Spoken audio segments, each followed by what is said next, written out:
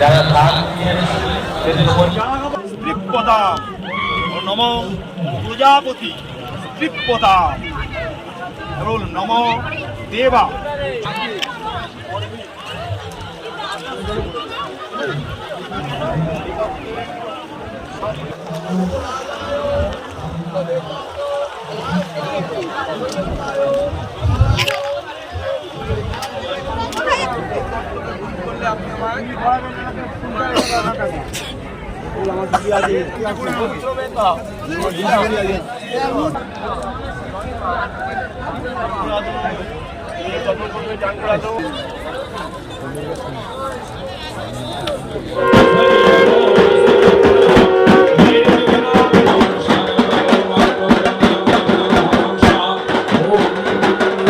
এসছেন মণ্ডপের সামনে।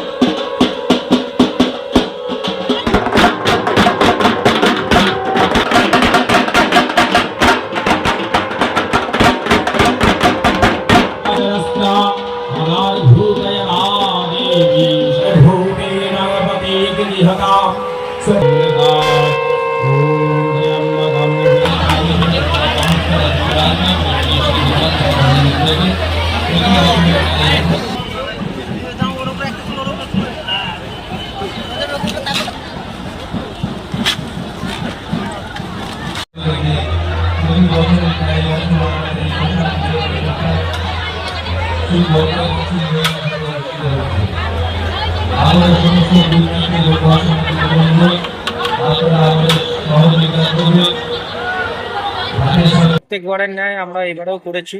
প্রত্যেকবার আমরা যেরকম করি আমাদের সংসদের নির্দেশে যে প্রত্যেকটা ঘাটে যারা তর্পণের জন্য আসছে তাদের যেন কোনো রকম অসুবিধা না হয় এবং সেইটা যেরকম নদীতে পক্ষে আমাদের দেখতে হয়, কেননা আমরা তারা যারা সকালবেলায় খুব সকালে উঠে আসে তাদের জন্য আমরা কিছু প্রসাদের ব্যবস্থা করি।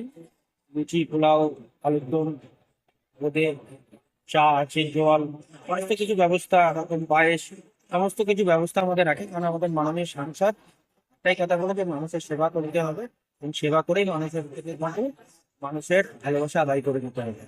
তাই আমরা এই প্রোগ্রামটা প্রত্যেকবারই করি। এবারও প্রচুর লোক হয়েছে, আপনারা দেখতেই পাচ্ছেন। তো মায়ের চক্ষুদানও হয়েছে এখানে, তো ভালোভাবে কাটছে। দেখা যাচ্ছে ভোগ বিতরণও করা হচ্ছে। হ্যাঁ, প্রত্যেকবারই করা হয়, এটা প্রত্যেকবারই করা হয়, এবারেও করা হচ্ছে। কত মানুষ করা হয় না, 30,000 এক্সপেক্টেড ধরে চলছে, দেখা যাক। হ্যাঁ, পুলিশ প্রশাসন, অনেক প্রশাসন এখানে আছে, কারণ প্রচুর লোকের সমাগম। আপনি দেখতেই পাচ্ছেন যে অত বড় প্যান্ডেল কিন্তু কোনো জায়গা নেই। তারপরে সকালবেলা বৃষ্টিটা হয়েছে বলে একটু